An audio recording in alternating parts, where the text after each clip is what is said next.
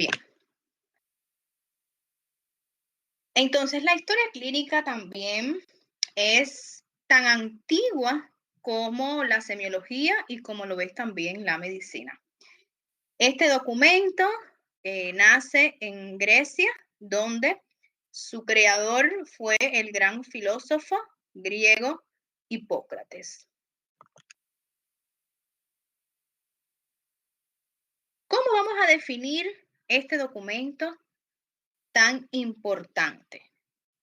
Bien, la historia clínica nos va a permitir que nosotros hagamos una narración escrita, donde esa narración escrita debe de ser primeramente legible, con letra legible, que se entienda.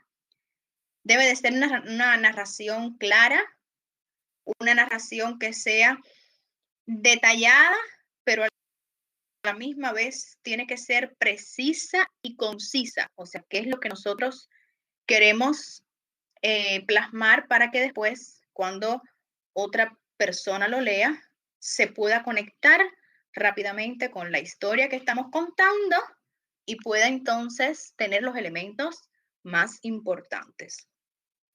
Esta narración o esta escritura tiene que llevarse a cabo de una forma ordenada, poniendo o colocando todos los datos que va refiriendo el paciente, que por supuesto van a ser datos pasados de una historia remota, y también van incluidos datos que nos va a ir aportando, pero que son datos actuales.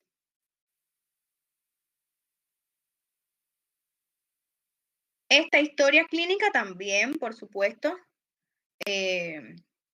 sirve, eso es una base del conocimiento que nosotros, acuérdense que vamos a ir traduciendo, o sea, traducimos las palabras que nos cuenta el paciente con el lenguaje médico.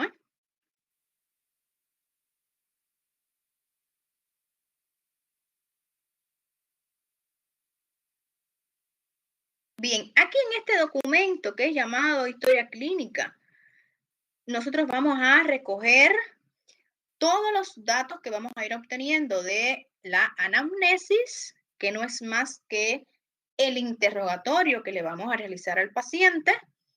En ese interrogatorio recogemos datos de filiación, que son los datos personales del paciente.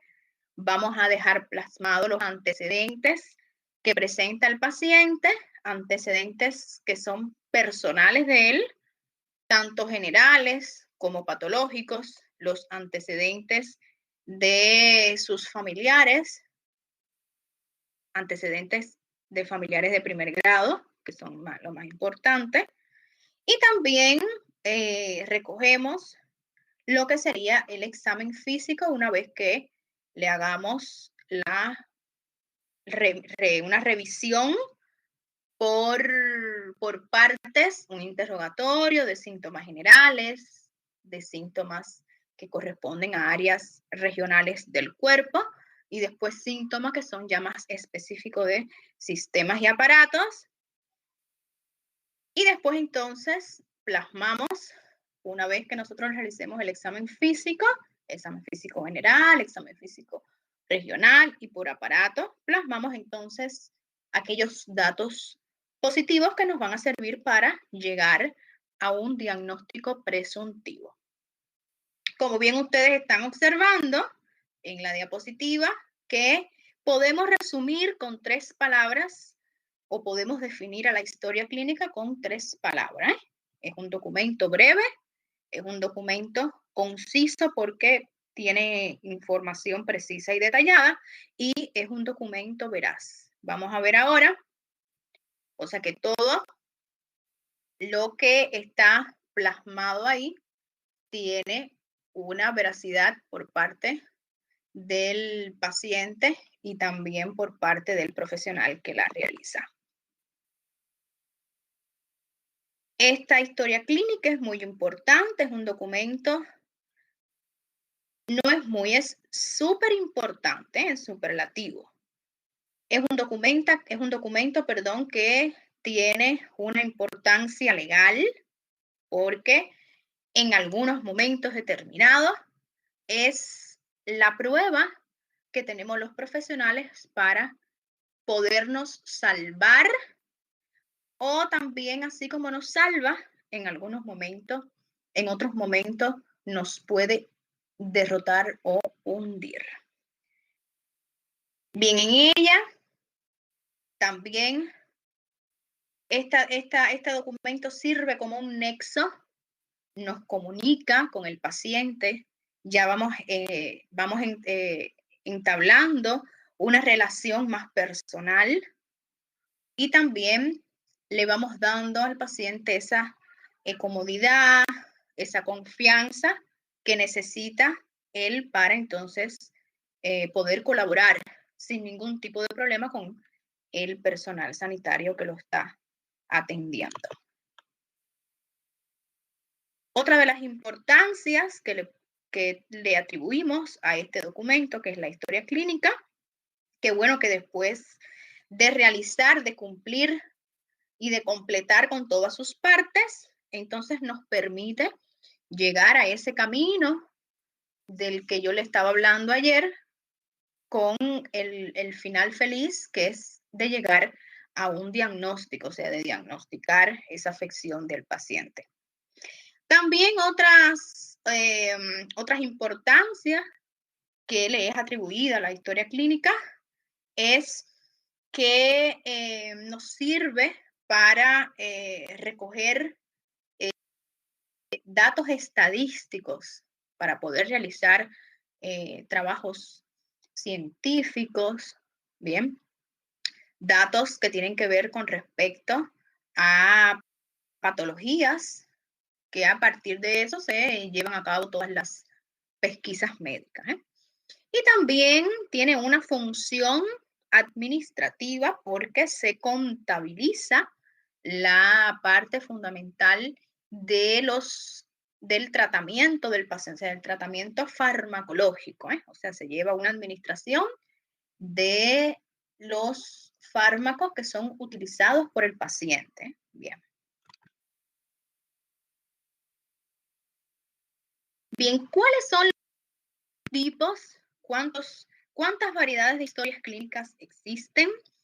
Bien, está la historia clínica con un formato que es la que está en los puntos de urgencias. Está la historia clínica que pertenece al formato de consultorio o de consultas ambulatorias. Está la historia clínica que es referente al paciente hospitalizado. Están también las historias clínicas que son especiales, o sea que están los formatos, son direccionados a la parte ginecostétrica, a la parte pediátrica, a la parte de cirugía, a la parte de traumatología. El hecho de que se le denomine como historia clínica especial no quiere decir que sean documentos diferentes o que las partes constitutivas sean diferentes a la historia clínica que hay en un hospital o que hay en un consultorio. ¿Qué es lo que quiere decir especial? Que se lee, o sea, que además de las partes básicas que presenta la historia clínica, nos vamos a encontrar con partes que son específicas de la especialidad, que por supuesto se suman a las partes básicas. Hay una acotación importante que nos preguntó ayer un alumno, que con respecto a la hora de recibir un paciente donde estaría encuadrado en una urgencia médica, sí se les realiza interrogatorios, sí se les realiza historia clínica, sí se les realiza, pero como bien yo le acoté, que le puse una nota, que lo estoy señalando, se realiza de una forma dirigida, de una forma más precisa, resaltando aquellos datos que para el profesional que está en ese momento en función le son importantes para poder auxiliar a ese paciente.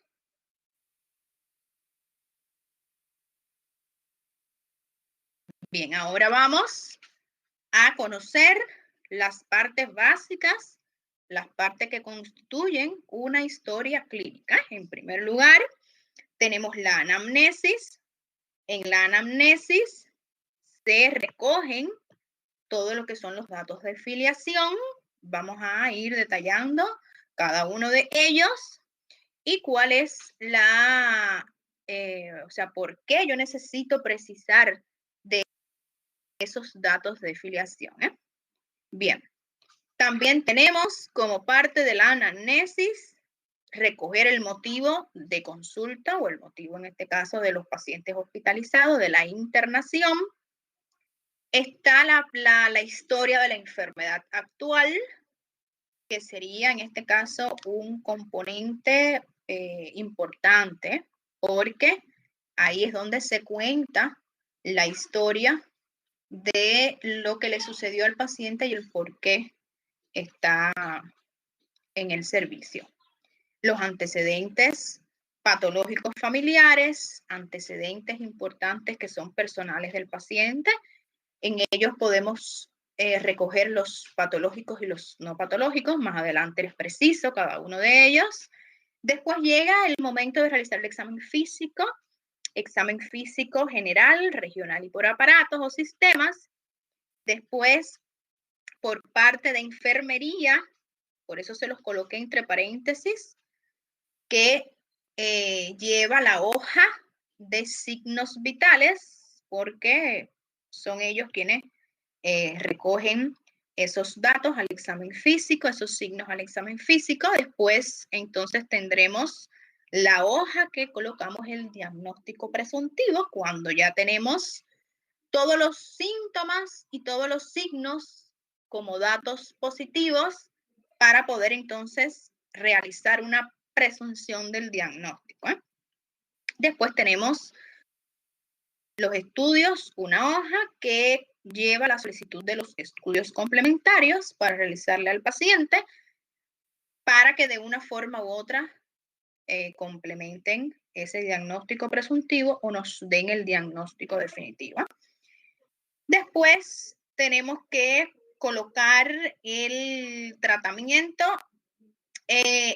Casi siempre en las historias ya clínicas del paciente hospitalizado, en la hoja de las indicaciones médicas, bien, que es como se definiría un poco mejor, indicaciones médicas, porque ahí están toda una serie, no solamente tratamientos farmacológicos y no farmacológicos, sino una serie de indicaciones que cuando el personal de enfermería va a realizar su trabajo de control en las salas de internación, ellas se dirigen directamente a esa hoja de indicaciones y está colocado la parte donde dice pronóstico. O sea, hay que darle un pronóstico al paciente, si el paciente es de cuidado, si el paciente está crítico, bien.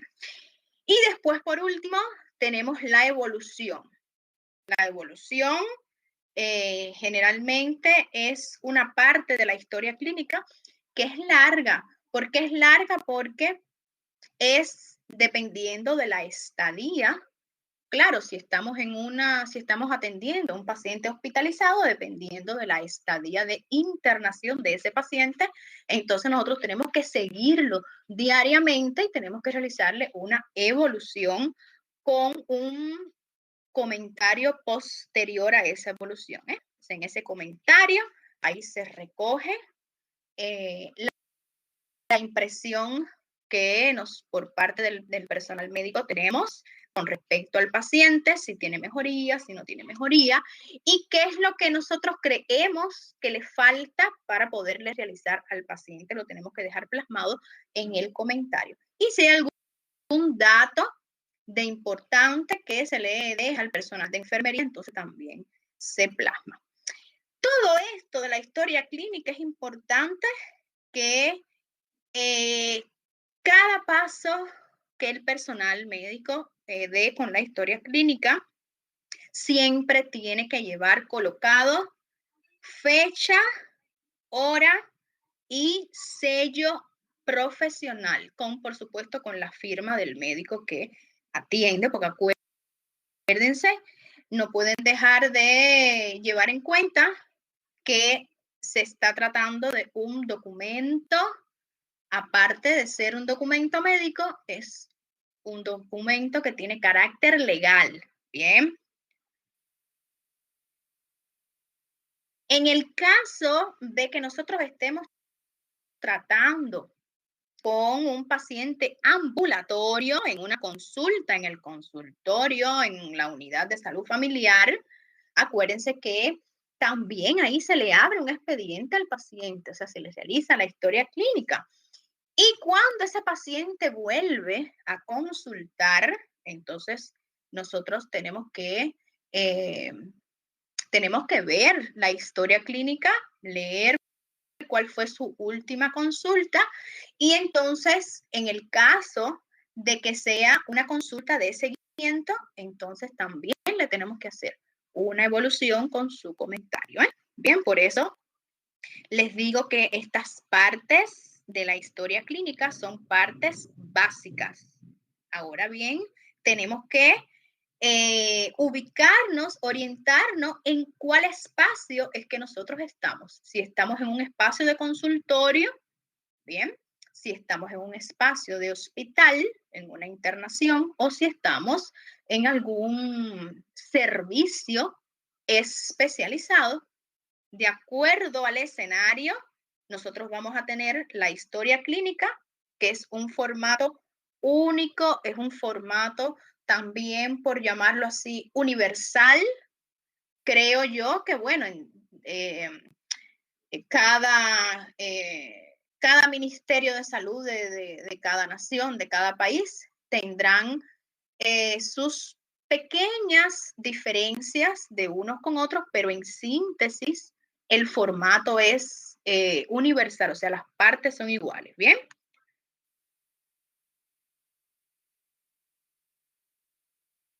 Ahora vamos a ir conociendo un poco más a detalle, un poco más profundo, cada una de estas partes. Bueno, la anamnesis, ya habíamos dicho que es el interrogatorio que le realizamos al paciente para que nos pueda contar qué es lo que le sucede, cuál fue el motivo principal por lo cual lo llevó a ese lugar. Y además, practicando ese interrogatorio al paciente, realizándole esas preguntas para poder obtener los datos, ya nosotros estamos entablando con el paciente una cierta empatía, el paciente siente ya cierta confianza, por eso es que tenemos que tener un lenguaje claro con el paciente, tenemos que tener también un lenguaje directo y crear un ambiente favorable, no un ambiente de tensión para el paciente, bien, para que el paciente pueda sentirse lo más confortable, lo más cómodo posible.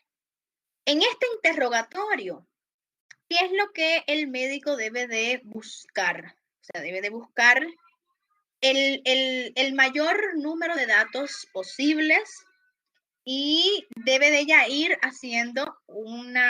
debe de irlo conjugando esos datos y debe de irle poniendo una secuencia a esos datos para la hora de plasmarlo en la historia clínica, tenga o cumpla con el requisito que les dije inicialmente de que sea de una manera ordenada.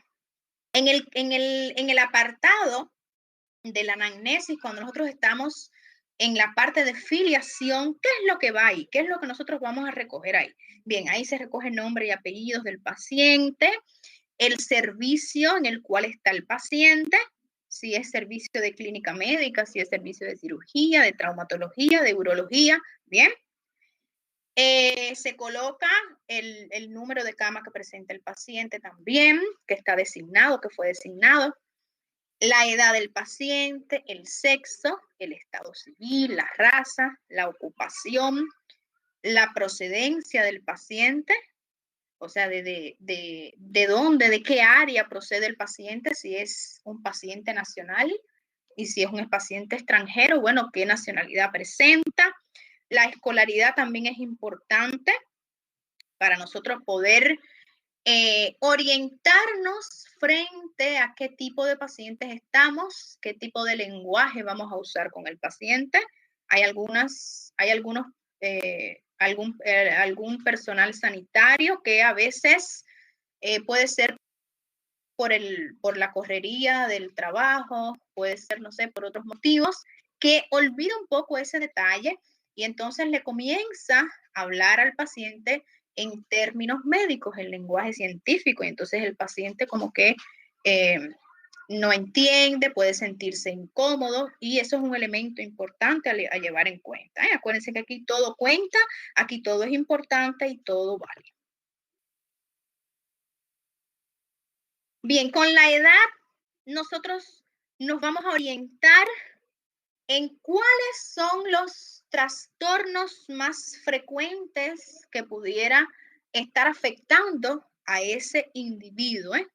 Un ejemplo, en que nos llegue un recién nacido, un neonato, y según los síntomas que nos refiere la madre o el familiar de ese neonato, de ese recién nacido, más los hallazgos, los signos que nosotros vamos a encontrar al examen físico, entonces nos pudiera dar una pista, nos pudiera entonces colocar en un camino que nos llevara directamente al diagnóstico que tuviera ese paciente, como por ejemplo trastornos gastrointestinales que se ven muy frecuentes, los trastornos en cuanto a la lactancia, trastornos infecciosos, y no podemos olvidar de las anomalías o malformaciones congénitas en ese periodo etario.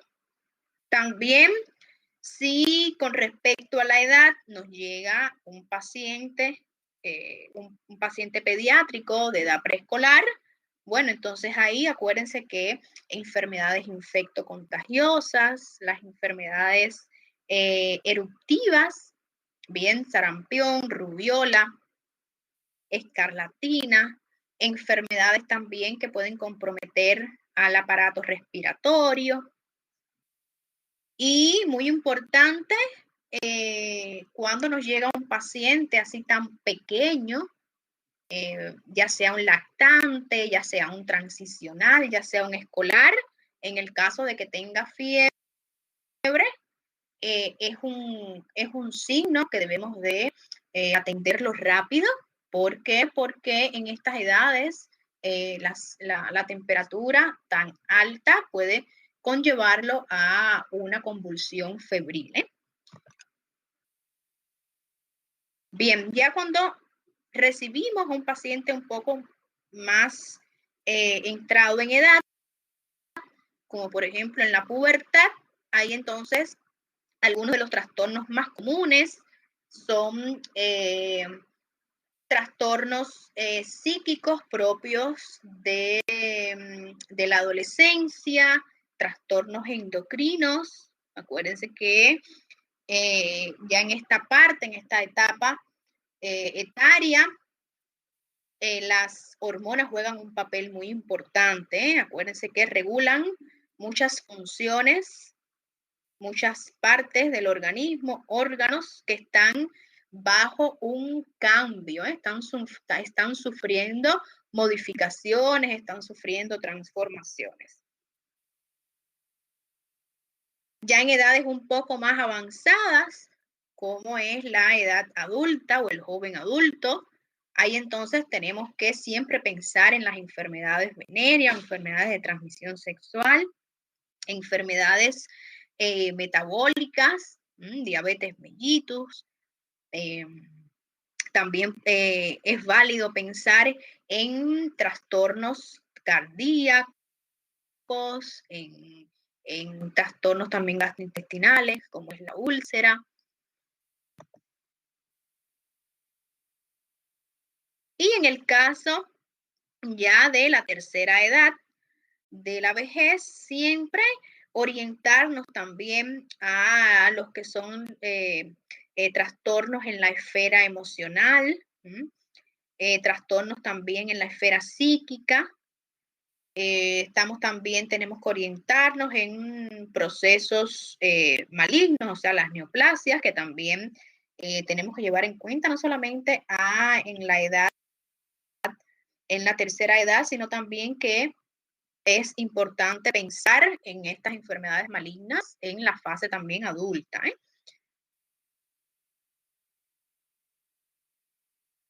Bien, en cuanto al sexo, es importante saber si el paciente que estamos tratando es masculino o es femenino, porque hay ciertas patologías que se ven con mayor frecuencia en un sexo que en el otro sexo.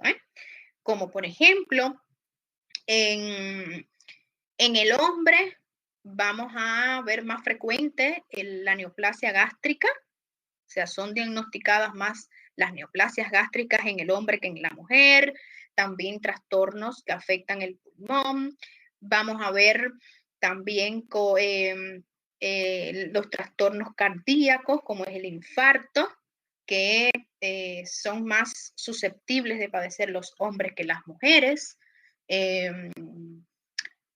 ¿Por qué? Porque acuérdense que antes del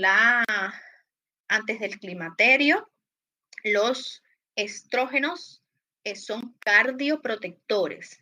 Bien, entonces en la mujer solamente podemos pensar en esos trastornos que pueden afectarla ya después que pasan esa etapa. Bien, con respecto a las afecciones que atacan más o que son más susceptibles las mujeres de padecer, ahí tenemos fundamentalmente enfermedades intestinales, están las enfermedades biliares, está también enfermedades metabólicas como la obesidad, trastornos en la esfera psíquica como la neurosis histérica, trastornos en cuanto a la deficiencia vascular neurológica como la hemicrania, que es parecido a la migraña. Bien, la ocupación también es importante saber la ocupación del paciente porque así entonces nos podemos orientar si la afección que el paciente presenta es de tipo profesional o ocupacional. Bien, como por ejemplo, tenemos que saber si el paciente o si el puesto laboral tiene una relación con el manejo de materiales nocivos, materiales estos que pueden ser el mercurio, pueden ser el plomo, pueden ser el cobalto, o tienen contacto con sustancias como por ejemplo el heno de los granjeros, o si el ambiente de trabajo es un ambiente que está con mucha polución, con muchos gases, ahí entonces nos rápidamente pensamos en la neumoconiosis, que es el carbón, producido por el carbón, entre otros datos que son importantes dentro de la profesión. También si este paciente tiene alguna exposición a las radiaciones, si está expuesto a ruidos que son ruidos muy altos, ruidos excesivos que puedan producir en el paciente una hipoacusia o una sordera. También aquellas ocupaciones que permiten de mantener una postura adecuada, las postureras, los tabacaleros que trabajan sentados, o cualquier otra persona que en su puesto laboral tenga que estar sentados y esa persona tiene que tener o adoptar una postura correcta para poder entonces evitar desviaciones, trastornos musculoesqueléticos de la columna. Bien. Otra de los datos importantes dentro de la afiliación, como ya les había dicho, es la procedencia. Fundamentalmente, la procedencia es un dato importante cuando estamos frente a afecciones que son afecciones infectocontagiosas, o sea, que son transmitibles. Ahí entonces debemos de tener en cuenta, debemos llevar muy en cuenta esa procedencia, ya sea una procedencia dentro del territorio del país, dentro del territorio nacional, o ya sea una procedencia que puede ser fuera del territorio nacional. Bien. Otro de las partes de la historia clínica que corresponde también a la anamnesis es el llamado motivo de consulta. Ese motivo de consulta sería como la portada principal de ese documento, o de una revista o de un periódico. Ahí, en este motivo de consulta, solamente es colocado o es confeccionado por palabras. Tienen que ser pocas palabras y las palabras tienen que estar colocadas como mismo el paciente se los refirió.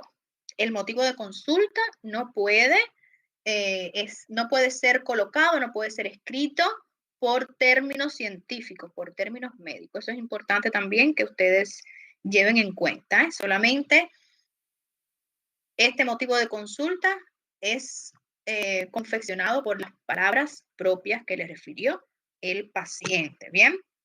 No se pueden tampoco en este motivo de consulta plasmar diagnósticos, ni diagnóstico presuntivo, que es lo que uno sospecha, ni diagnóstico confirmado. Bien, es un error. El motivo de consulta, ustedes pueden colocar síntomas que el paciente les puede referir o, en este caso, signos que el paciente puede identificar, observar cuando nota alguna anormalidad en su cuerpo. Bien.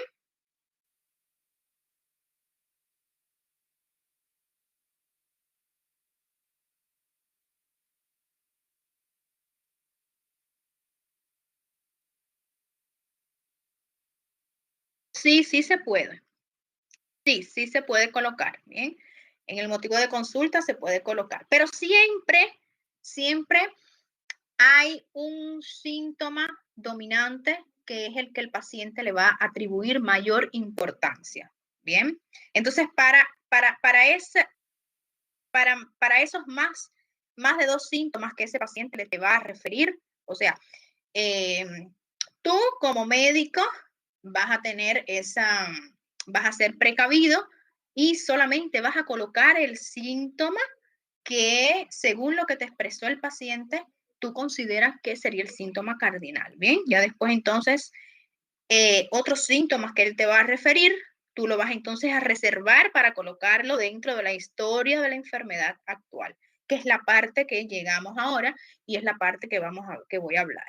Como bien yo les decía al inicio, que esta historia de la enfermedad actual es una de las partes, una de las piezas más importantes de la historia clínica. ¿Por qué? Porque ahí es donde nosotros vamos a narrar la historia que nos va a contar el paciente con todo ese bagaje de síntomas que se siente. Bien, todos esos padeceres que el paciente les va a comentar. Ahí entonces se debe de señalar todos los síntomas, pero en orden de aparición. Acuérdense que tiene que tener siempre una secuencia ordenada, una secuencia también lógica, y cómo esos síntomas han evolucionado a través del tiempo. Bien. Solamente acuérdense que esta historia de la enfermedad actual también debe de guiarse por lo que el paciente le está comentando. Bien. Entonces, en esta parte, el médico no debe de especular, no debe de suponer, no debe de imaginarse lo que el paciente le está tratando de decir. Ahora bien, esta parte de la historia de la enfermedad actual, una vez que el médico va redactando, ahí sí se escribe, ya se va colocando las palabras con terminología médica, ¿bien? También estas palabras con terminologías médicas no puede alejarse mucho de lo que el paciente les está refiriendo, ¿eh? O sea, tiene que ser con terminologías médicas, pero no alejarse, no ser tan diferente, no diferir mucho de lo que el paciente les está comentando con sus propias palabras, ¿eh? ¿Cuáles serían aquellas preguntas que nos ayudarían para poder construir esa historia de la enfermedad actual? Ahí yo les coloqué unas cuantas preguntas, unas cuantas interrogantes que les pueden ayudar en un momento determinado. Ir tejiendo esa narración, ¿eh? Como por ejemplo, cuando empezó a sentirse así, cómo comenzó, con qué síntomas, cómo fue la evolución de esos síntomas, si es la primera vez que siente ese síntoma, eh, si consultó anteriormente por esos mismos síntomas, si le efectuaron, o sea, si se les realizaron algunos exámenes o si consultó, qué diagnóstico le dieron, con qué se trató, ¿bien? Y todos los síntomas que el paciente les va refiriendo, hay que explotar cada uno de esos síntomas, ¿eh? Por ejemplo, para el dolor, que es uno de los síntomas más famosos, existe una regla, se las voy a escribir por aquí, una regla neumotécnica que se llama Alicia Fredusa. Es muy conocida. Ahora le voy a explicar qué significa cada una de esas siglas. Alicia Fredusa, refiriéndose fundamentalmente al dolor. La A es de aparición, o sea, ¿cuándo apareció el dolor? La L es de localización, ¿dónde le duele? La I es de intensidad. En una escala del 1 al 10, usted me podría decir cuánto le duele, entonces el paciente le va a decir. La C es el carácter de ese dolor, si es un carácter punzante, quemante, ¿bien? O sea, ¿cuáles son las cualidades de ese dolor? La otra I, o sea, I de intensidad, I de irradiación, o sea, es un dolor que es localizado, o sea, usted tiene que orientarse si es un dolor que es localizado o es un dolor que toma, compromete otras partes del cuerpo, o sea, si se irradia, eso también es importante.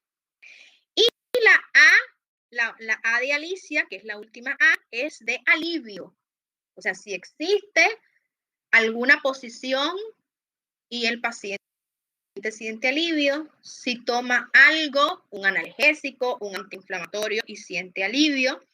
Bien, con respecto al apellido de Alicia, que es Fredusa, Fre significa frecuencia, o sea, la frecuencia de ese dolor en el paciente, cuántas veces siente dolor en el día, ¿eh? La duración, ¿cuánto le dura? 10 minutos, media hora, 10 horas, 24 horas del día, ¿bien?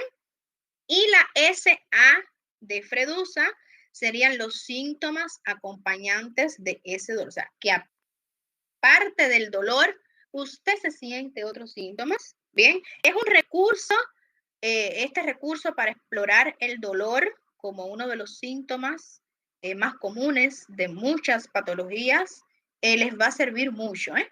Bien. A ver, ¿cuáles que veo ahí que muchos están escribiendo para preguntar dudas? A ver, Mauro, para poder continuar.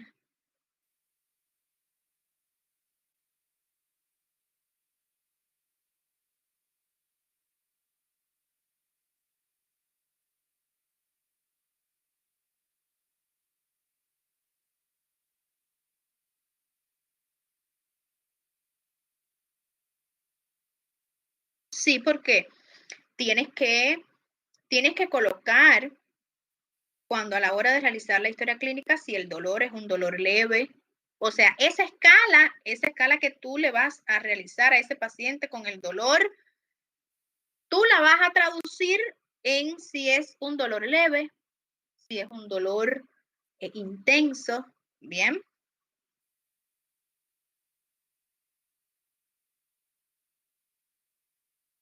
Claro, Mauro. O sea, que en la historia de la enfermedad actual, lo que tú vas a colocar es la intensidad del dolor, ¿eh? Si es leve, si es intenso, si es muy intenso, eso es lo que tú vas a dejar plasmado, ¿bien? No, numérica no, con palabras. Ese numérico es lo que tú le vas a preguntar al paciente, ¿bien? Como por ejemplo, yo te pregunto a ti, Mauro, ese dolor que tú presentas, por favor, del 1 al 10, ¿cuál tú escogerías? Ah, bueno, el 8. Entonces el 8 es un dolor que es intenso, es muy intenso ya. Bien, entonces en la historia clínica lo que tú vas a poner es Mauro, Mauro no, el paciente refiere dolor intenso en abdomen que no se irradia. Bien.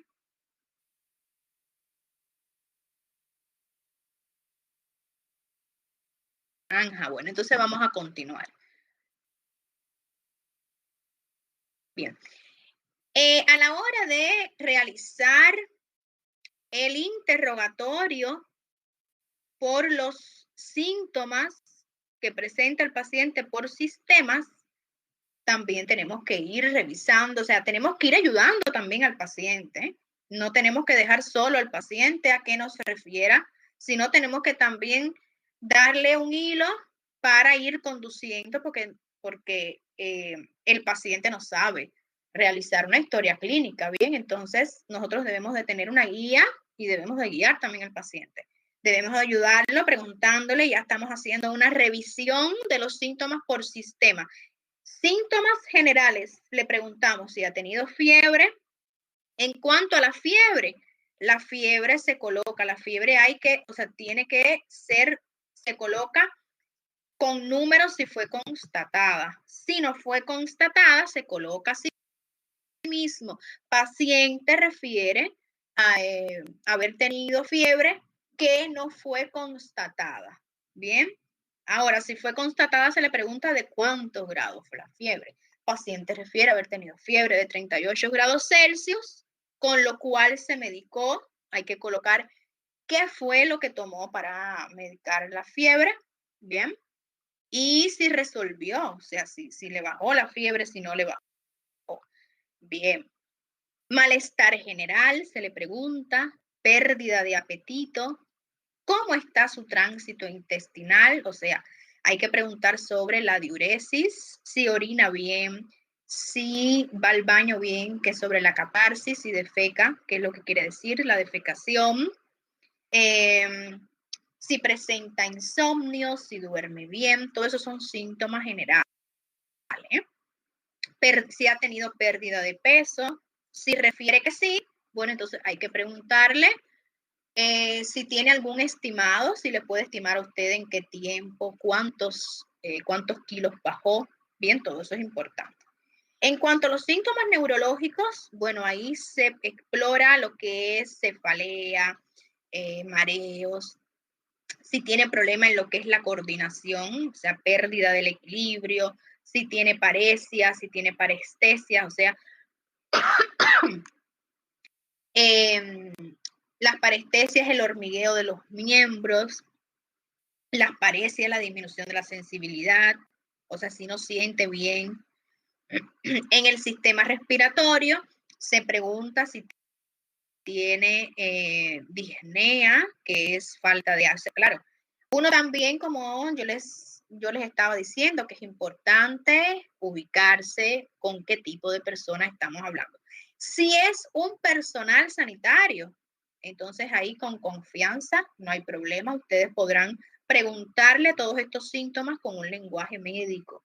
Bien, ahora si no es personal sanitario, entonces ustedes no le van a preguntar si tiene disnea. Ellos nos van a saber. Ustedes tienen que preguntarle si ha sentido falta de aire, si tiene tos, si tiene expectoración. La expectoración es importante precisar el color de la expectoración, si es amarilla, si es verdosa, si es amarillo verdosa, si es blanquecina.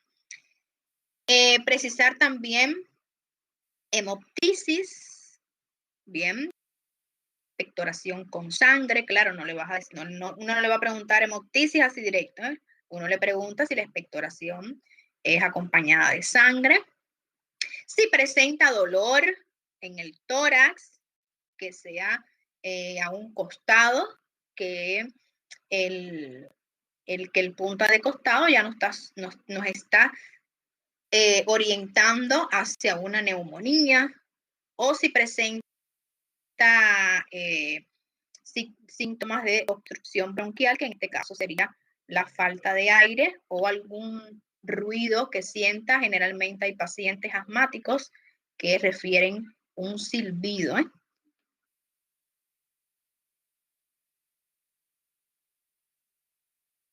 Bien, vamos a seguir explorando por sistemas para que ustedes vayan familiarizándose con los síntomas, ¿eh? Bien, en el sistema cardiovascular, ¿cómo vamos a explorar? Bien, vamos a preguntarle al paciente si ha tenido falta de aire, pero esa falta de aire del sistema vascular es una falta de aire ante esfuerzo físico, ¿eh? Si ha tenido falta de aire paroxística nocturna, que es la falta del aire del edema agudo del pulmón. Si ha presentado aumento de volumen en piernas, si ha tenido dolor precordial, o sea que son síntomas que nos pueden sugerir, nos van a ir guiando a qué tipo de afección pueda estar presentando el paciente. En los síntomas gastrointestinales o síntomas digestivos, es importante preguntar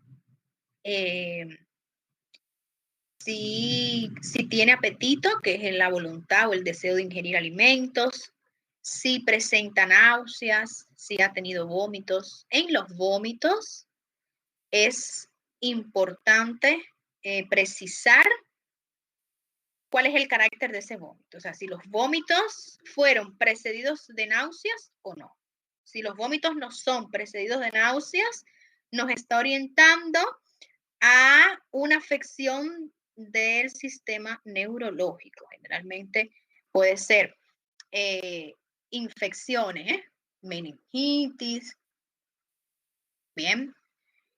Sí, y con respecto a los vómitos también, precisar cuántos vómitos ha tenido, las características, si tiene alimentos o no, la cantidad, bien, porque ahí tenemos que entonces evaluar el estado de hidratación del paciente, porque si ha tenido vómitos en cantidades importantes, ese paciente que está frente a mí tiene que tener algún grado de deshidratación.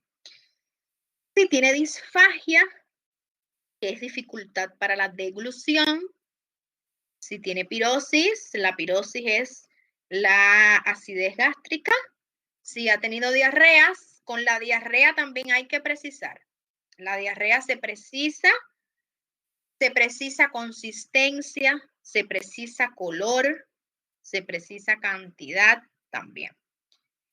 Si tiene melena, que es la S fecal es oscura, o sea que va acompañada de sangre, pero es una sangre ya deglutida. Eso significa que hay una afección gastrointestinal por debajo del ángulo iliocecal.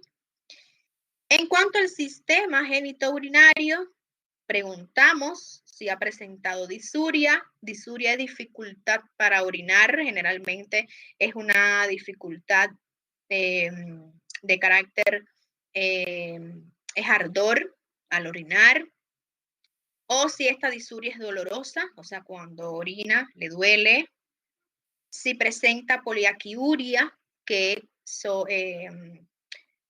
es una frecuencia de la diuresis, o sea, el paciente va frecuentemente a orinar, pero orina poco. Bien. Si es una poliuria, o sea que va frecuentemente al baño. O sea, la poliaquiuria y la poliuria se parece, pero no es igual. Si es una nicturia, o sea, si ese aumento de la diuresis es nocturna. Si con respecto al hombre, si estamos frente a un paciente que es masculino y que sobrepasa los 40 años, es importante preguntar si el chorro del orine presenta cambios, porque acuérdense que ya hombres mayores de 40 años se debe de pesquisar cáncer de próstata. Si el orine presenta sangre, si hay una hematuria, claro, la hematuria puede ser macroscópica o microscópica. Puede haber una hematuria y el paciente no puede, o sea, no observa la sangre evidente en la orina, solamente se constata en el laboratorio. Si tiene dolor en fosas lumbares, todo eso es referente al sistema genitourinario. Bien, dentro de el apartado de los antecedentes familiares, que es una de las partes de la historia clínica que representa la anamnesis, ahí también tenemos que preguntarnos las patologías en caso de existir de sus padres, bien, o de sus hermanos. Eso se registra, esas patologías.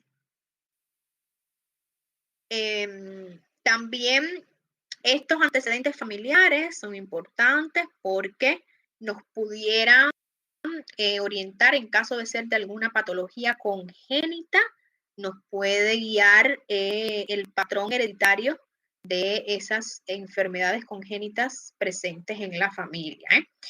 Y también esos antecedentes patológicos familiares nos orientan sobre, o sea, son considerados factores de riesgos para el paciente que tenemos en cuestión que pueda presentar para que pueda surgir enfermedades en ese paciente. Importante que nunca nos podemos olvidar de preguntar sobre las enfermedades crónicas no transmisibles, diabetes, hipertensión, enfermedades neoplásicas, alergias, bien, o el fenómeno de hipersensibilidad. Bien, en cuanto a los antecedentes ya personales, o sea, del paciente, en este caso de la parte no patológica, es importante saber cómo vive ese paciente, qué tipo de vivienda es donde él vive, o sea, el material de la vivienda. Debemos de sacar el índice de hacinamiento cuando le preguntamos número de habitaciones contra el número de las personas que viven. Ese índice de hacinamiento ya ustedes lo conocen de medicina familiar, que ahí se les enseña a sacar. Tenemos que saber también el desagüe que presenta la vivienda y también saber acerca de los servicios que recibe la vivienda, si recibe agua potable, si recibe electricidad. También debemos de saber en cuanto a la higiene de ese paciente, si toma baño diariamente, ¿bien? Y con respecto a la higiene bucal, si lleva un correcto cepillado. La escolaridad, debemos también de saber en cuanto a antecedentes no patológicos, si practica algún tipo de deporte, o sea, si la persona ahí nos orienta si es sedentaria o no. Si tiene espacios de esparcimiento, o sea, que son los pasatiempos. Si le gusta ir al cine, si le gusta bailar, ¿bien? Tenemos que saber el esquema de inmunización, que son las vacinas, las vacunas que recibió el paciente. En este caso, las vacunas que nos importa son la vacuna contra la influenza, la antitetánica, o sea, si yo recibí a un paciente que presentó un traumatismo en un miembro, en el miembro superior derecho, en el dedo, no sé, estaba en su lugar de trabajo y una herramienta le cayó encima del dedo y le cortó ahí rápidamente. La inmunización que me interesa a mí saber es si él recibió el toxoide tetánico, bien, porque si no lo recibió, entonces hay que colocarle una dosis y después hay que reactivarla. Con respecto a los hábitos tóxicos, saber si este paciente fuma, si toma bebida, qué tipo de bebida, alcohol, vino, bien, o si tiene algún tipo de toxicomanía, bien, con respecto a lo que es el alcohol, o puede también ser con respecto a las drogas, y en el caso de las drogas, qué tipo de droga consume, cocaína, marihuana, bien. También tenemos que saber el trabajo, en dónde trabaja, qué tipo de trabajo realiza. Tenemos que también saber de la alimentación, qué tipo de alimentación lleva el paciente, si es más bien una dieta vegetal, una dieta animal, o sea, come mucha carne, bien, o es vegetariano. Esto también es importante. En cuanto a los antecedentes patológicos personales no patológicos, en el caso de que mi paciente sea femenina, ahí tenemos que preguntarle datos que son datos ginecostéticos, que son también importantes, como por ejemplo la edad de la menarquia. La menarquia es la primera menstruación. Si es una mujer ya pasada de los 40 años, preguntar la edad de la menopausia, en el caso de que hay mujeres que tienen una menopausia precoz. Si es una mujer que todavía presenta menstruaciones, preguntar la duración de esa menstruación, la cantidad, si nos puede referir cuántas almohadillas usa, si son menstruaciones dolorosas. Muy importante también es la fecha de última menstruación para descartar embarazos o posibles embarazos. En el caso de que sea una mujer que ya tiene hijos, preguntarle cuántas gestaciones ha tenido, cuántos partos ha tenido, si los partos fueron naturales o fueron por cesáreas, cuántos abortos también han tenido, si fueron abortos espontáneos o si fueron abortos provocados, también el número de hijos que presenta, si utiliza algún método anticonceptivo y preguntar también con respecto a la prueba de Papa Nicolau, o sea, la última vez que se realizó, qué resultados arrojó el examen, preguntar si tiene ella alguna mamografía en el caso de que tengamos a una paciente en edad de riesgo del cáncer de mama o que presente algún dato de factor de riesgo, como por ejemplo su mamá padeció de cáncer de mama, o sea, parientes de primer grado, puede ser también hasta parientes de segundo grado. Todos estos antecedentes ginecostétricos es bueno explorarlos a su profundidad cuando sospechamos alguna afección del aparato ginecológico. Bien.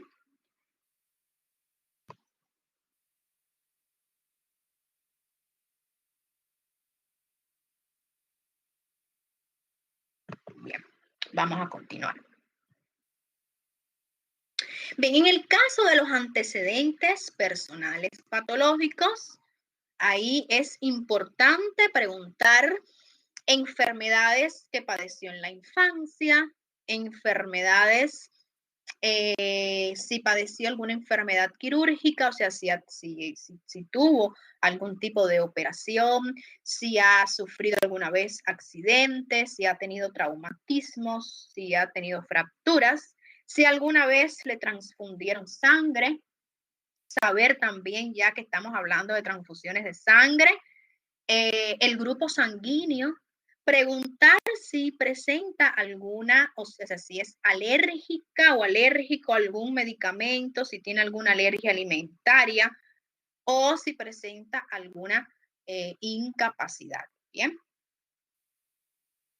Creo que ya está respondido a una pregunta que estaba por ahí en el aire. Bien, ya llegamos al examen físico, o sea, ya dejamos la anamnesis con todas las partes importantes de la anamnesis, datos de filiación, motivo de consulta, historia de la enfermedad actual, antecedentes patológicos familiares, antecedentes patológicos personales, antecedentes personales no patológicos. Bueno, pues ahora vamos al examen físico, vamos ahora a examinar al paciente y vamos entonces a recoger esos datos positivos al examen físico. Bien, el examen físico, como bien yo les estaba ya diciendo, que ahí recoge los signos, por tanto, corresponde a la parte objetiva de la historia clínica, no así la anamnesis, que es la parte subjetiva, que es lo que nos va a referir el paciente.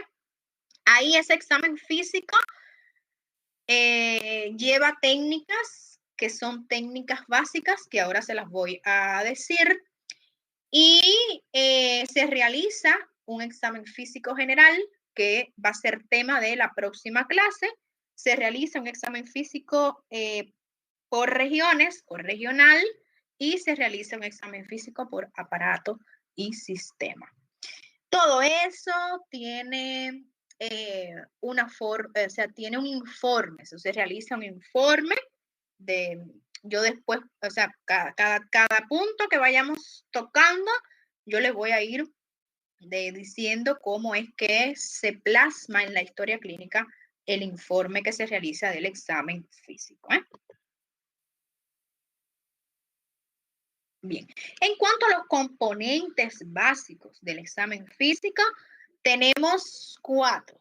En primer lugar está la inspección, es lo que nosotros vamos a darle una revisión con nuestros ojos o con los óculos, si alguien usa óculos. Vamos a inspeccionar bien todo lo que, o sea, todo el cuerpo del paciente, bien, tanto desde un punto de vista general como ya un poco más específico o regional. Es importante que esta inspección se realice en el plano anterior, o sea, por adelante, en un plano posterior o por detrás y en un plano lateral, que serían los lados o los costados. Premisas que tenemos que tener con este examen físico. Siempre respetando el pudor del paciente. Se debe de realizar en un ambiente que sea un ambiente favorable, donde tengamos buena iluminación, donde no haya ruidos externos, bien, porque a la hora de practicar la percusión o la auscultación, yo necesito descifrar bien el sonido que yo obtengo de ese examen, de esa percusión o de esa auscultación. Buena iluminación, buena ventilación. El paciente tiene que estar desprovisto de ropa, pero siempre respetando el pudor del paciente. ¿Qué quiere decir? Que yo no voy a tener un paciente en medio de una sala de urgencias completamente, claro, también tenemos que orientarnos qué tipo de casos tenemos, pero generalmente, o sea, en una urgencia o ante una urgencia o ante una emergencia, ese aspecto debemos de pasarlo por encima, porque lo que más nos importa es preservar la vida del paciente. Pero si ya estamos ya en un ambiente un poco más tranquilo, por ejemplo, una consulta externa, que es la parte ambulatoria, ahí nosotros sí no tenemos necesidad de tener al paciente completamente desvestido, completamente desnudo, en medio de donde esté presente, no sé, más personas, bien, o que alguna persona pueda atingir a ver a ese paciente en desprovisto de ropa. Solamente nosotros vamos a desvestir la parte que nosotros vamos a examinar. Bien, a no ser que necesitemos que sea de suma importancia, entonces que podamos ver en todo un conjunto al paciente. Eso es muy importante.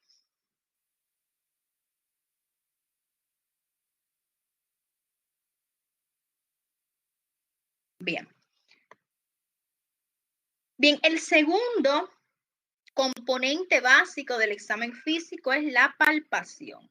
Bien, la palpación, nosotros vamos a utilizar los pulpejos de los dedos a través de dos técnicas. Puede ser monomanual, o sea, con una sola mano, o puede ser bimanual, donde utilicemos las dos manos, que es la figura que le estoy señalando, que ustedes tienen a su izquierda. Bien.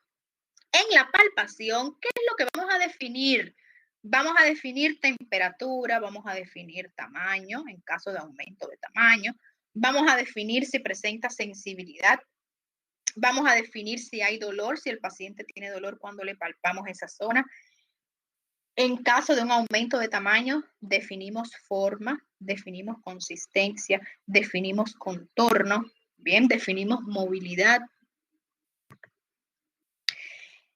Con respecto a aquí en la palpación de las regiones, o sea, en el cuello, cuando palpamos generalmente exploramos tiroides y también buscamos pulsos carotídeos. Si estamos palpando el tórax, bien, vamos a constatar, porque ya en la inspección nosotros examinamos expansión del tórax. Entonces, con la palpación constatamos la expansión del tórax en la respiración, constatamos también elasticidad y en el caso de que estemos en el área cardíaca, entonces vamos a constatar si está presente o no latidos cardíacos. En el abdomen, nosotros vamos a ir explorando los órganos intraabdominales, ¿bien? Y en las extremidades constatamos o buscamos pulso, buscamos también presencia de edema, eso es en los miembros inferiores, y también buscamos temperatura, o sea, si en el local donde yo estoy palpando hay un aumento de temperatura, la temperatura está conservada o hay una disminución de la temperatura.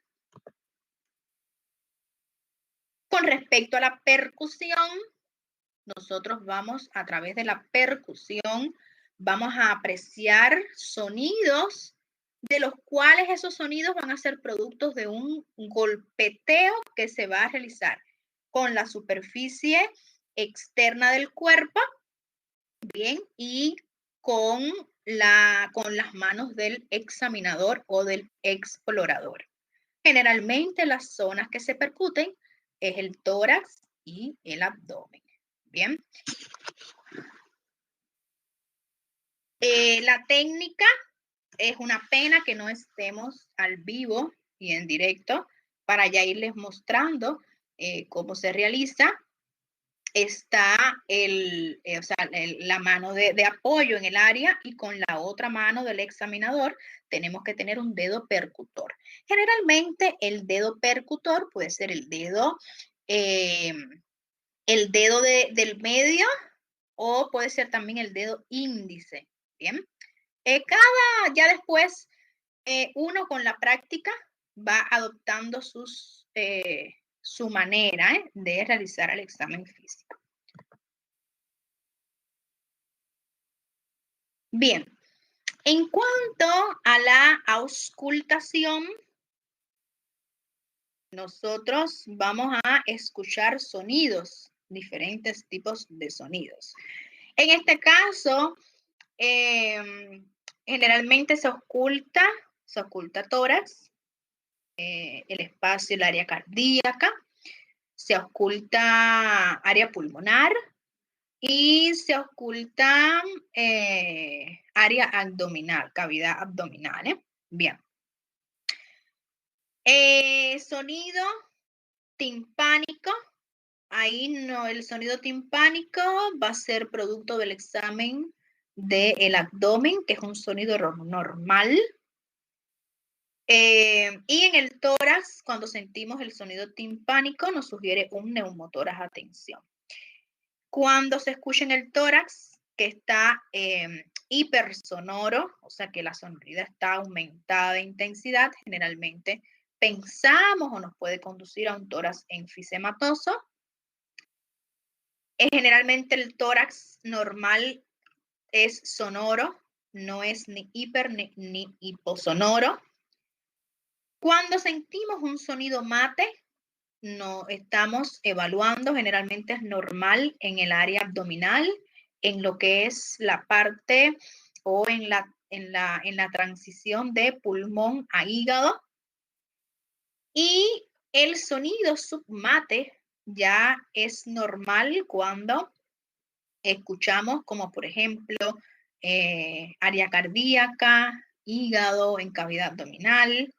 Generalmente nos sugiere algunas afecciones, como por ejemplo, en el pulmón, el sonido submate corresponde al síndrome de condensación inflamatoria, o cuando estamos en una cavidad torácica o cavidad pleural, cuando hay líquido, o generalmente también nos sugiere cuando hay masas ocupantes, que serían masas tumorales.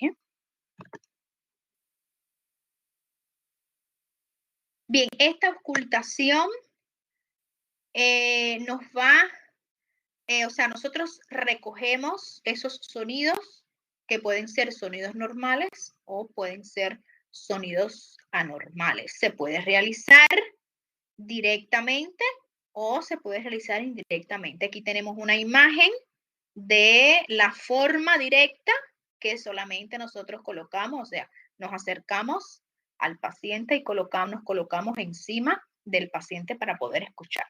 O lo podemos realizar indirectamente con el fondenoscopio. Colocamos la campana del estetoscopio y entonces ahí escuchamos esos sonidos, que pueden ser sonidos normales o pueden ser sonidos anormales.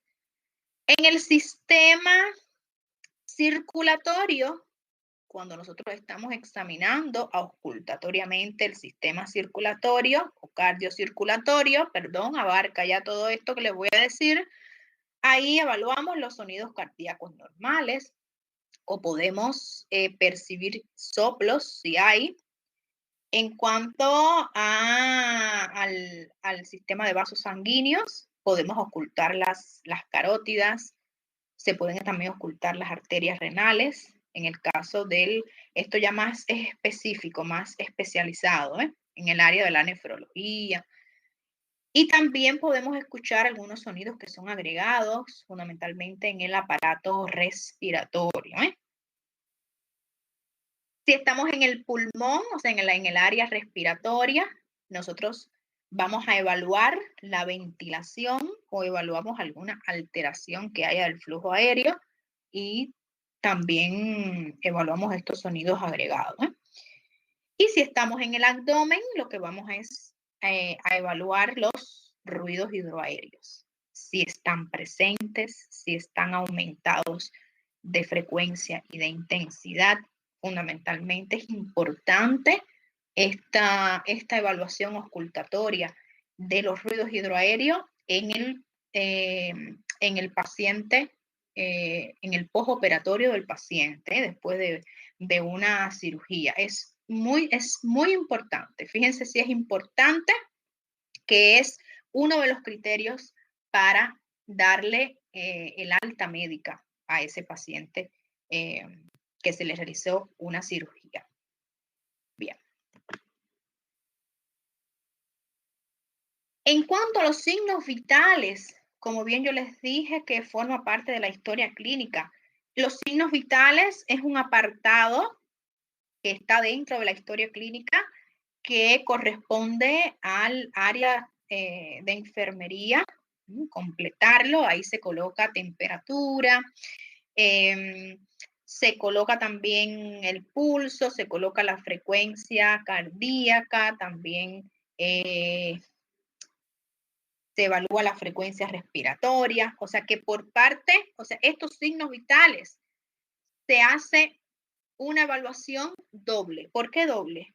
Porque el médico también evalúa estos signos vitales y el enfermero que está asistiendo al paciente también vuelve a evaluar por la parte de enfermería estos signos vitales. Entonces también son constatados en la historia clínica 2 veces, por la parte de la evaluación médica y también por la parte de enfermería, porque son estos signos los que nos indican el estado del paciente, nos indica el pronóstico del paciente y también nos predice la conducta que tenemos que adoptar ante este paciente. Bien, después llegamos al diagnóstico presuntivo, ya después que tenemos la historia de la enfermedad actual, ya después que tenemos esa revisión de los síntomas por sistemas o aparatos, y ya después que obtenemos a través del examen físico los signos, entonces nosotros podemos tener un diagnóstico presuntivo, podemos inferir cuál es la afección que presenta este paciente según el resumen semiológico ordenado que realizamos.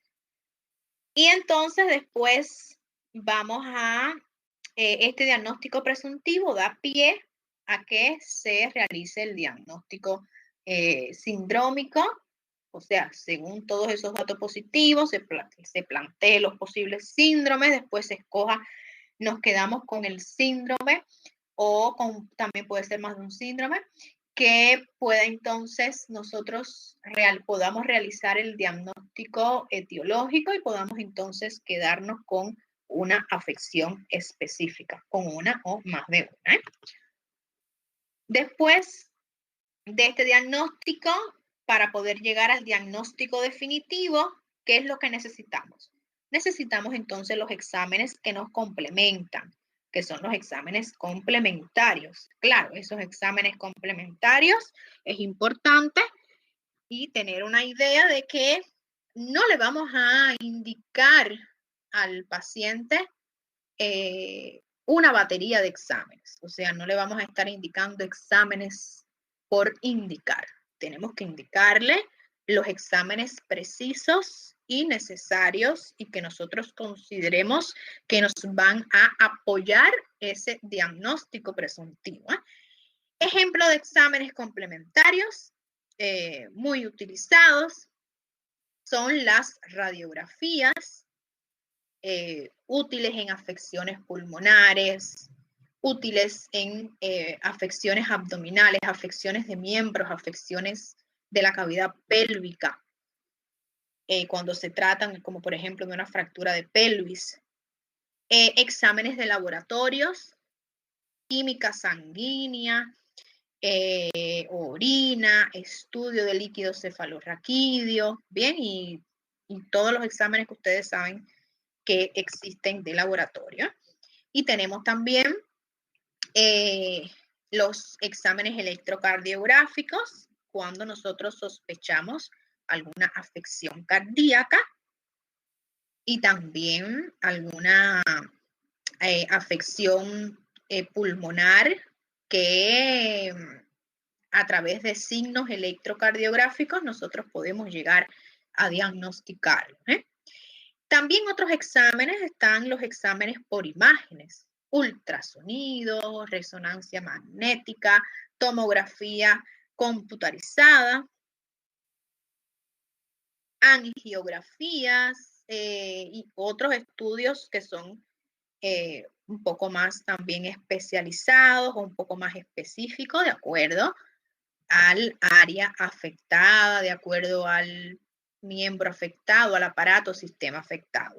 Después tenemos que colocar el pronóstico, que como yo les había dicho muchas veces ya en las indicaciones médicas se coloca el pronóstico o se comienzan las indicaciones médicas con el pronóstico del paciente, ¿bien? De cuidado, grave, crítico. Bien. Ya estamos encerrando esta historia clínica. Llegamos a la parte del tratamiento. El tratamiento tiene dos caras. Está el tratamiento no farmacológico, que son todas las medidas o todos los cuidados que hay que tomar con el paciente. Y después tenemos el tratamiento farmacológico. Recordar con la parte del tratamiento farmacológico que la prescripción de los fármacos es un acto, o sea, cuando uno va a prescribir un fármaco, uno tiene que tener conocimiento de lo que está prescribiendo, del fármaco, del tipo de fármaco, de la vía de administración que se utiliza para administrar ese fármaco, cómo se puede administrar, cuáles serían las reacciones adversas, los efectos colaterales que pudiera presentar mi paciente con este fármaco. Y es muy importante antes de la prescripción de preguntarle al paciente si tiene alguna alergia a algún fármaco. Si presenta alergia a algún fármaco, colocar con tinta roja, fíjense que también le voy a decir en portugués, con tinta vermelha, colocar bien grande el nombre del fármaco que el paciente es alérgico. Bien. Entonces, la prescripción del fármaco, como bien yo les estaba diciendo, que es un acto complejo. ¿Por qué es una actividad compleja prescribir? Porque el médico tiene que tener conocimiento del tipo de fármaco, hay que tener, si es necesario, alguna experiencia con el fármaco. O sea, si le hemos administrado ese fármaco anteriormente a algún paciente, también en el caso de enfermería, la enfermera o el enfermero tiene que tener también cierta experiencia de aplicación de la vía del fármaco, habilidades con la aplicación del fármaco. Y todo esto presume un gran sentido de responsabilidad. Bien. Acuérdense que todo lo que realizamos con el paciente, y acuérdense que la historia clínica es un documento médico legal. Bien, ya asumimos, una vez que ya el médico tiene registro médico y actúe en la práctica como tal, ya tiene una responsabilidad legal con el paciente, con lo que le pueda suceder al paciente. Bien. Estas indicaciones, esta hoja de indicaciones o esta hoja de tratamiento del paciente, ¿qué es lo que debe llevar? Como siempre le dije al inicio de esta conferencia, todo lo que se haga hay que colocarle fecha, hora y después, por último, una rúbrica, una firma. Fecha y hora de la prescripción del medicamento, el nombre del paciente, el nombre del medicamento, la concentración en el caso de que necesite, si es un paciente pediátrico, hay que calcular, lleva una fórmula, entonces necesitamos saber la concentración. Forma de presentación del medicamento, tenemos que colocar la vía de administración, si va a ser por vía oral, si va a ser por vía intramuscular, si va a ser por vía endovenosa. La dosis, colocarla bien claro, cada cuánto tiempo, que es la frecuencia de administración. Bien. Y después se coloca, bueno, pues tratamiento físico, eso es en el caso de que el paciente necesite alguna rehabilitación. Bien, eso ya es más de las salas de traumatología, tratamiento psicológico, si es que el paciente lo necesita, para que entonces el profesional relacionado al área, entonces evalúa al paciente. En esa hoja de indicaciones médicas también se colocan se deja los procedimientos para el siguiente día que el paciente tenga que realizarse o pueden ser estudios imagenológicos o pueden ser estudios paraclínicos, o sea, estudios de laboratorio. Bien, y después, ya por último, vamos a cerrar con la parte de la evolución. O sea, la parte de la evolución es, como bien yo les decía, si es un paciente hospitalizado, dependiendo de la estadía, entonces mi evolución puede ser una evolución corta o una evolución larga que lleve el paciente hospitalizado días, ¿bien? Entonces ahí en esa evolución yo voy a recoger la evolución sí siempre, o sea, no llega a ser una historia clínica completa, ¿eh? Es una parte resumida de la historia clínica. Ahí yo voy a dejar, o sea, es diario, se realiza una evolución diaria al paciente, se deja plasmado, se hace una revisión de los síntomas, o sea, se le pregunta al paciente, se hace una exploración de, claro, no de todo, sino ya de la esfera específica que tenga afectado el paciente, ¿bien? O comprometido. Se le pregunta, el paciente nos refiere cómo se siente, ¿bien? Ahí tenemos que dejar plasmado con las palabras del paciente cómo se siente. Tenemos que hacer un examen físico también preciso, corto. ¿Qué es lo que tenemos que dejar en la evolución del examen físico plasmado? Bien, se deja plasmado, a ver, mucosas, se evalúa tejido celular subcutáneo, se evalúa aparatos respiratorios, frecuencia respiratoria, los ruidos, los ruidos normales, si hay algún ruido agregado, si a través de la ocultación sentí crepitantes, subcrepitantes, roncos, sibilantes, ¿bien? En el aparato cardiovascular evalúo el área cardíaca, ausculto los ruidos cardíacos, preciso la frecuencia cardíaca. En el abdomen, entonces evalúo el abdomen a la inspección, evalúo el abdomen a la palpación, evalúo el abdomen también primero hago la auscultación y después la percusión. O sea que la sistemática del examen físico en la región del abdomen es invertida, porque generalmente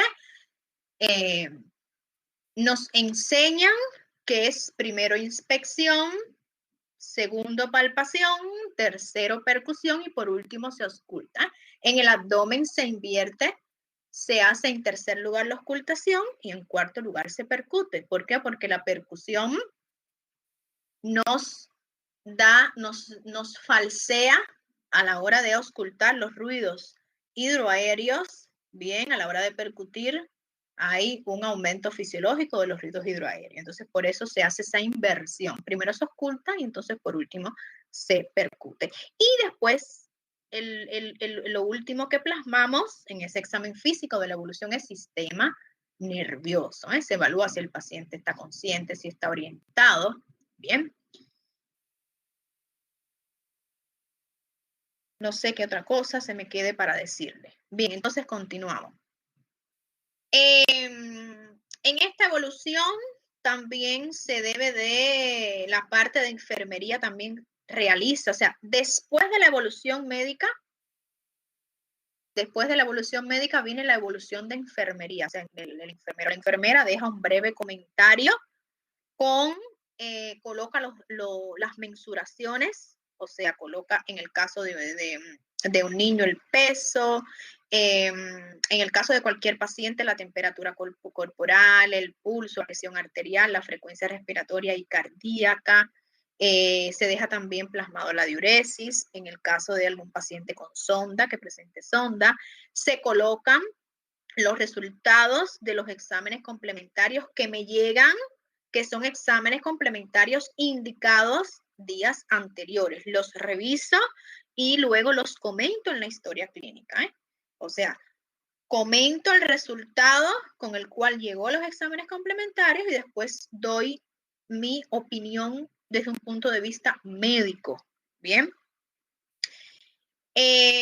También se colocan las consultas realizadas por los especialistas, o sea, el médico, el clínico hace un pedido, o sea, consultar con el cardiólogo, consultar con el urólogo.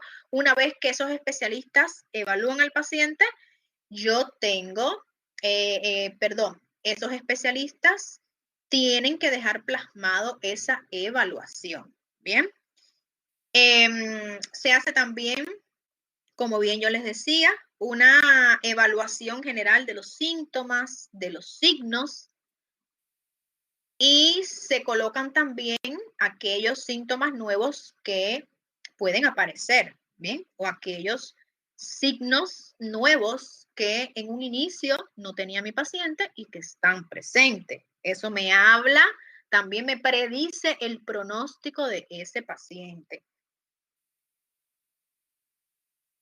O sea que la evolución no es más que una actualización de el examen físico y de la anamnesis que se le practicó al paciente a la hora de, después de ese primer encuentro. Bien, o sea que la evolución es más una actualización que se realiza.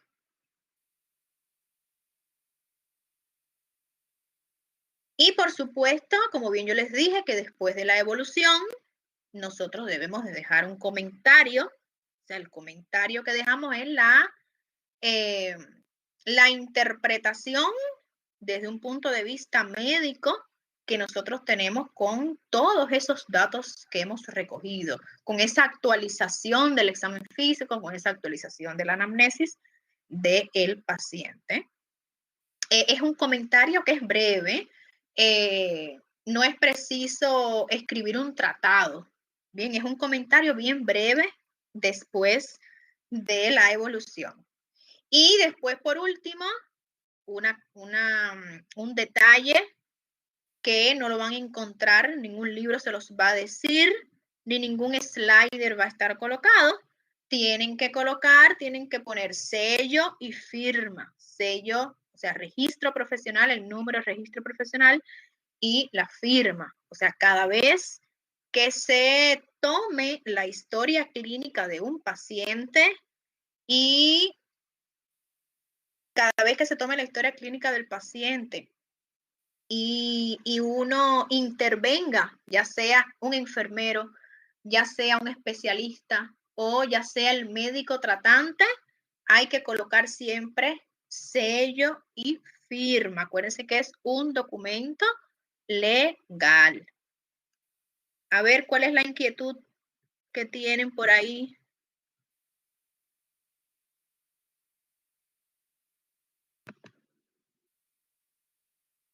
Bueno, ya entonces terminamos. Ya hemos terminado en el día de hoy. ¿Qué dudas tienen? Otras que no hayan preguntado. ¿Quedó claro el tema que hablamos hoy de la historia clínica?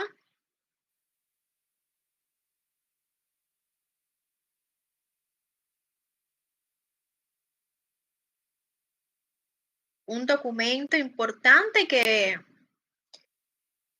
y que va a formar parte de la vida de todos ustedes y que tienen que saber manejar. Porque así como les dije, en un momento los puede salvar, como así los puede terminar de hundir ante un problema legal. Y aquí tenemos Domingo, ¿es así o no es así, Domingo?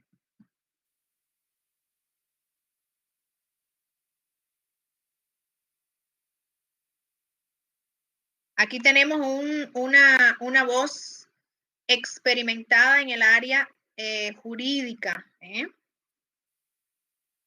Todo lo que se realiza hay que escribirlo y hay que fundamentar por qué se lo voy a realizar. Bien. Poner fecha, poner hora, poner firma. No tengan miedo con poner las firmas, porque si ustedes están conscientes de que no han realizado ninguna impericia, ninguna negligencia, no han realizado ninguna iatrogenia médica, no hay por qué temer, hay que estar tranquilos. Bien. Bueno.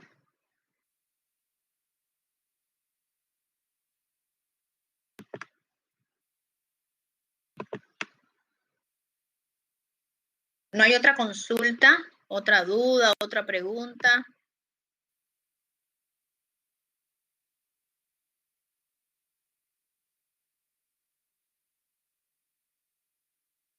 Yo verdaderamente lamento porque yo conozco, a muchos de ustedes los conozco porque fueron alumnos míos, a otros no, pero hubiese querido que esta cátedra nos hubiésemos encontrado en vivo y en directo, ¿eh? Pero bueno, las circunstancias no lo permiten.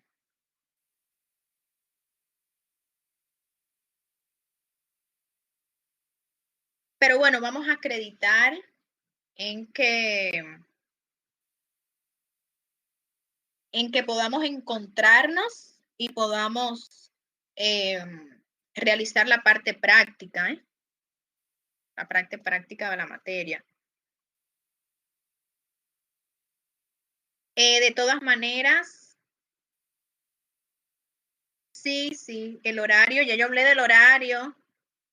Ya yo hablé del horario.